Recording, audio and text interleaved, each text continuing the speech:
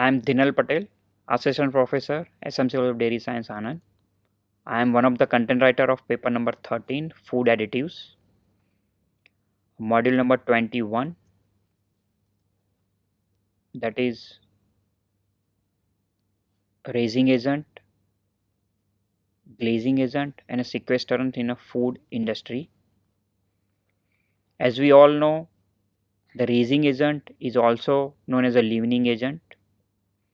Glazing agent, that provides a shiny appearance into the food product surface, and a sequestering agent or sequestrant, that is also known as a chelating agents. They all have their distinct application in the food industry, and in this module we are going to discuss them one by one. Now first let's see the raising agents for the food industry.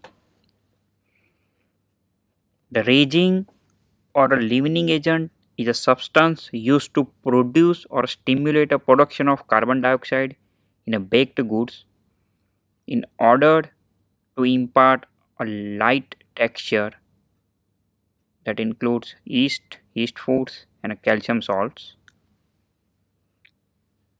It is a substance or a combination of substance which liberate gas and thereby increased volume of a dough.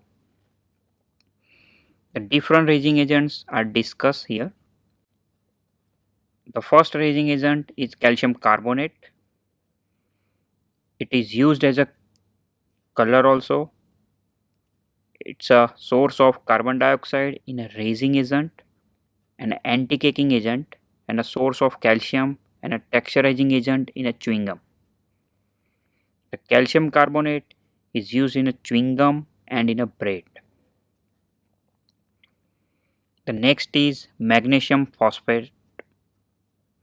The magnesium phosphates are used as a acidulants in a raising agent in a dough of bakery goods. Next is calcium phosphatase.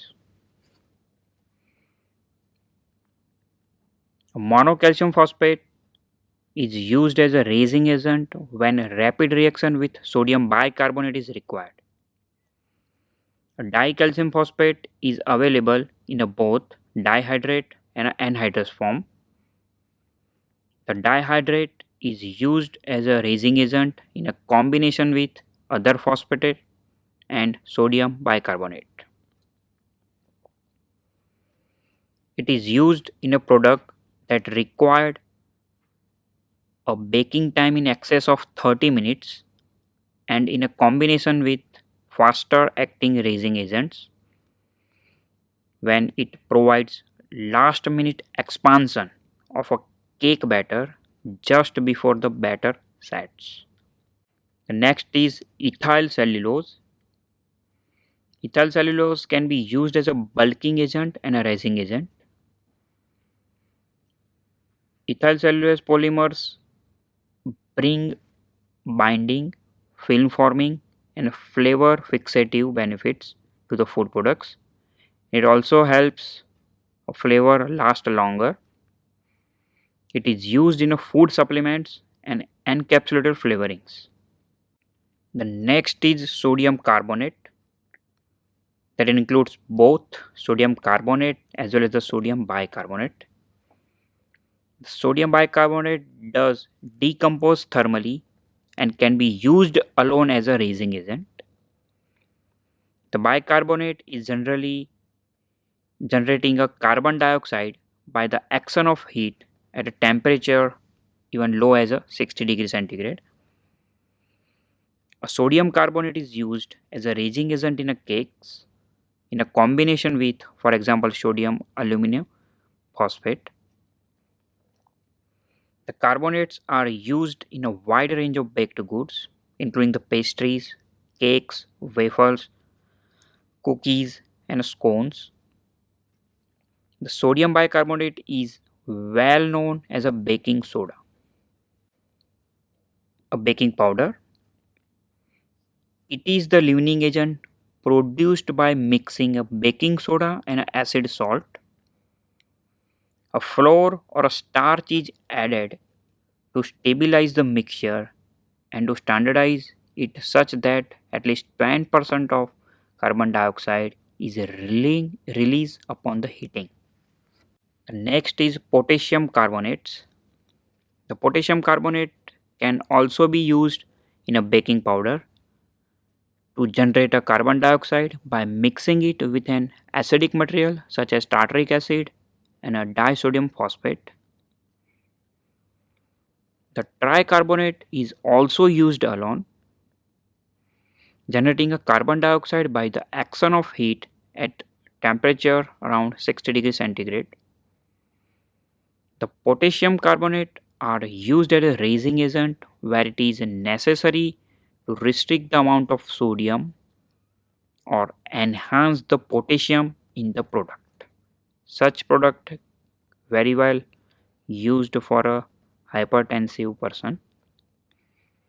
The potassium carbonate is a more soluble than a sodium carbonate. A potassium carbonate releases carbon dioxide only when used in a conjunction with an acid. It is thus less convenient to use than a sodium carbonate. When used in excess, potassium bicarbonate can leave a soapy taste into the products. A potassium bicarbonate is a more expensive and required a higher usage rate than the sodium bicarbonate. It is used in a low sodium crackers or a biscuits and energy bars. It is also used in a treatment of hops in a cocoa powder, used for a baking or a chocolate drink, and in a gingerbread also. The next is ammonium carbonate. Either ammonium carbonate or ammonium bicarbonate is used in a small extent as a leavening agent. The ammonium carbonates are particularly useful because they break up on a heating to only a 60 degrees centigrade and generating both a carbon dioxide and ammonia and leaving a no residue into the product. It is primarily limited to certain types of cookies and cream puffs only. The ammonium carbonates are now used as a raising agent in a manufacture of biscuits, crackers, and in a sugar confectionaries. The next category is sulphates or sodium sulfate. It is used in a colors to standardize the color strength of the powder. The sodium bisulfite is also used as an acid in a raising agents. The next is a potassium sulfates. The potassium bisulfate is used as an acidic material in a raising agent. It is used as a replacement for a sodium sulfate in a products where it is required to reduce the sodium level. The next is a sodium aluminum phosphate. Sodium aluminum phosphate is an acidic product used as a raising agent with a carbon dioxide generator such as a sodium bicarbonate. It provides slow release of carbon dioxide and is used in a commercial dough and a batter where the dough is made up and is held refrigerated before the cooking. Its particular benefit is the low level of carbon dioxide released during the refrigerator storage, and it is widely used in scones and sponges. The next is the yeast. As we are very well aware with the yeast, and yeast is the commonly used as a raising agent in a bakery industry, especially in a bread and a cake making. The yeast is a single celled plant that reproduces by budding and is capable of converting a sugar to alcohol and a carbon dioxide. The production of carbon dioxide causes the flour mixture to rise. The form of the yeast can be used in a food applications are dry or granular, cake compressed of fresh. The formation and migration of carbon dioxide in a network of cellular compartments to lighten or raise the dough, thereby improving its ultimate palatability. Now, after seeing a various kind of raising or leavening agents, now let's move towards the glazing agents. As we all know, the glazing agents are form a glaze over a surface, and that will ultimately lead to a shiny appearance of the product, and it will provide an another layer on the surface. So let's discuss them one by one. Now let's see the glazing agents for the food industry. A glazing agent is a natural or a synthetic substance that provides a waxy, homogeneous coating to prevent a water loss and provide other surface protection for the substance. Substance which when applied to an external surface, often food stuff, that imparts a shiny appearance or provide a protective coating. The different glazing agents are discussed here. The important glazing agent is agar. Agar is used in jams and marmalades, toppings and fillings for the bakery products such as donut glaze. The agar gel are used in a gelled meats worldwide. The next is caragum. The caragum is used as a thickener, that is cold makeup, and as a coating and a glazing agent. The caraya particles do not normally dissolve but swell in a similar fashion to a starch. Next is a pectins. Pectins are used in a range of mainly acidic foods and most typically fruit products like jams, jellies, industrial fruit preparations for the bakery and dairy products, sugar confectionery, but also increasing in a glaze and a sauces for the savory products. Next is a dimethyl polysiloxane. It is used as a carrier of the glazing agent for the fruit. It is permitted in a limited range of the products such as jam, soups, frying oils, drinks, canned and bottled fruit, and in a chewing gum. The next is a beeswax. It is a purified form of naturally produced honeycomb. The beeswax is permitted only as a glazing agent in a range of snacks, confectionery, and bakery items, and food supplements and the surface of the some fresh fruits. It is generally used in a small confectionery items such as jellies and gums and tablets. The next is Candelilla wax. The Candelilla wax is permitted only as a glazing agent in a range of snacks, confectionery, and bakery items, some food supplements, and the surface of some fresh fruits. The typical products include a chewing gum and a small pieces of confectionaries. The next is Carnauba wax. It works well where pressure can be applied to produce the shine. The Carnauba wax is permitted only as a glazing agent in a range of snacks, confectionery, bakery items, some food supplements, and the surface of some fresh fruit up to the specified limit. The Carnauba wax is used to glaze a small piece of chocolate confectionaries, gums, jellies, and a chewing gum. The next is a shellac. It is used to produce a polished surface on a product to prevent a sticky item from sticking together and to reduce the moisture loss of a fresh fruit.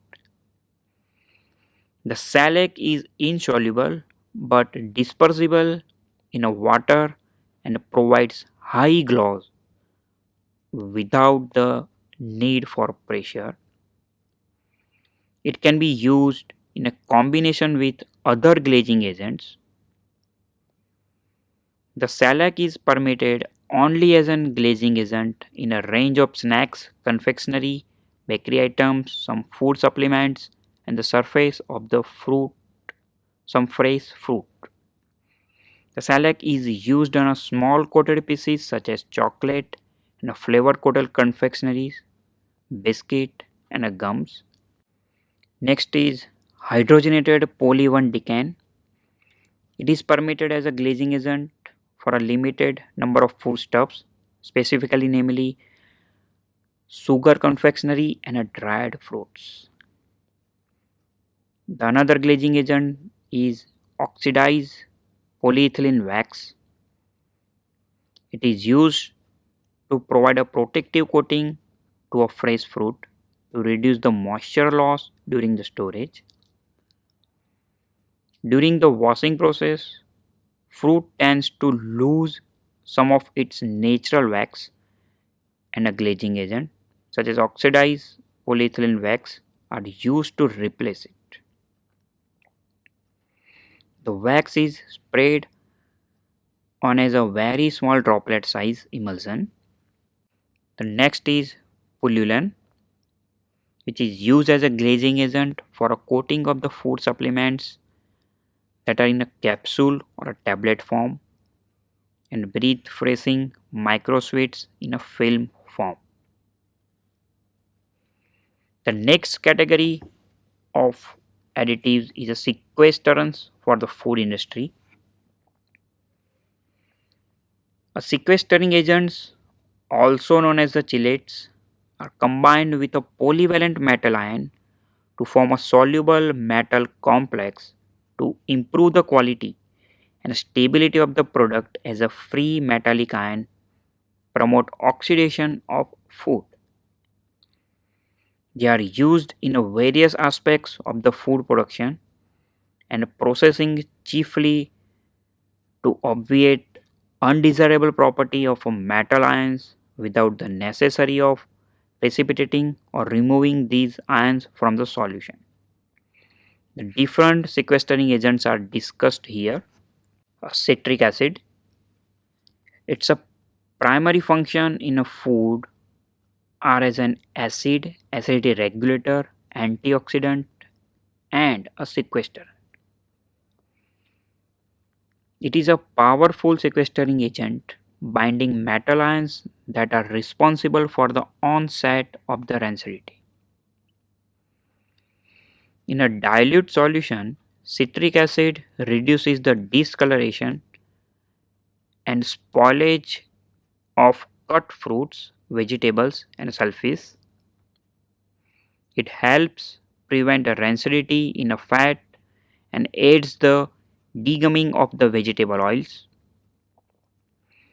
Its clean, tart taste has found wide application in a soft drinks, specifically carbonated, squashes, nectar, and powdered beverages.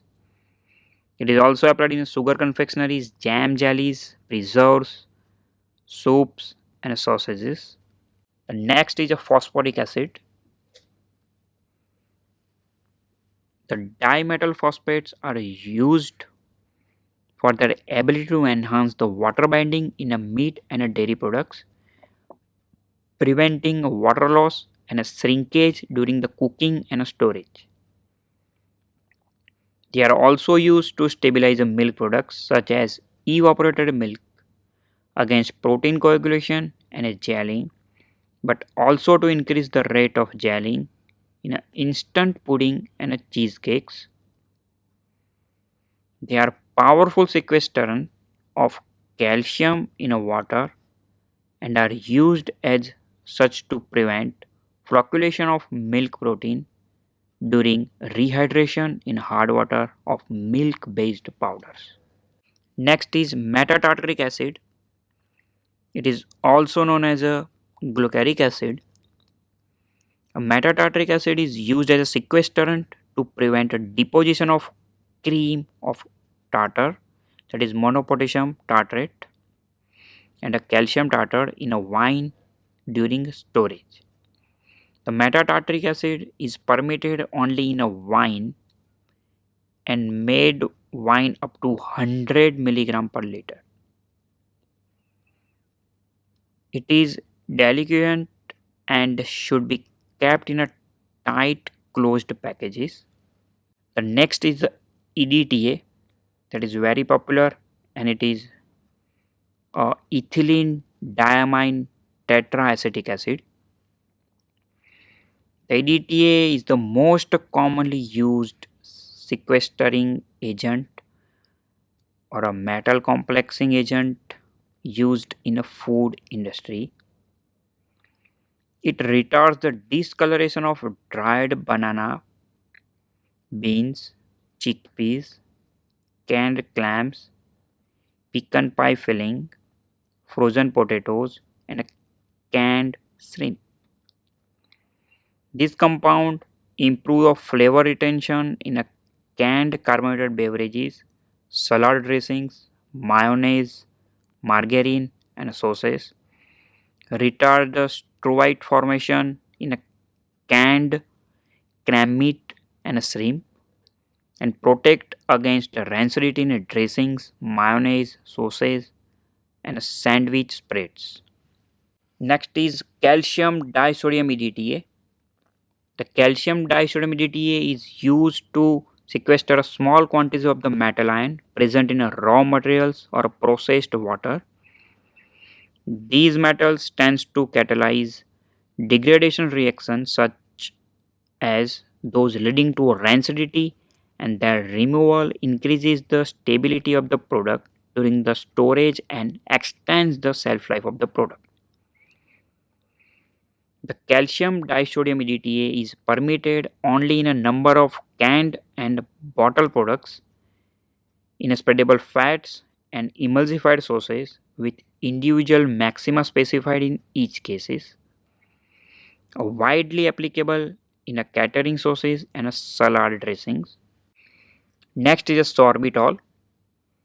Sorbitol syrup is used as an efficient humectant, but it is act as a sequestering and emulsifying agent in a confectionery and a bakery products, as well as in a mayonnaise, cream, and a sauces.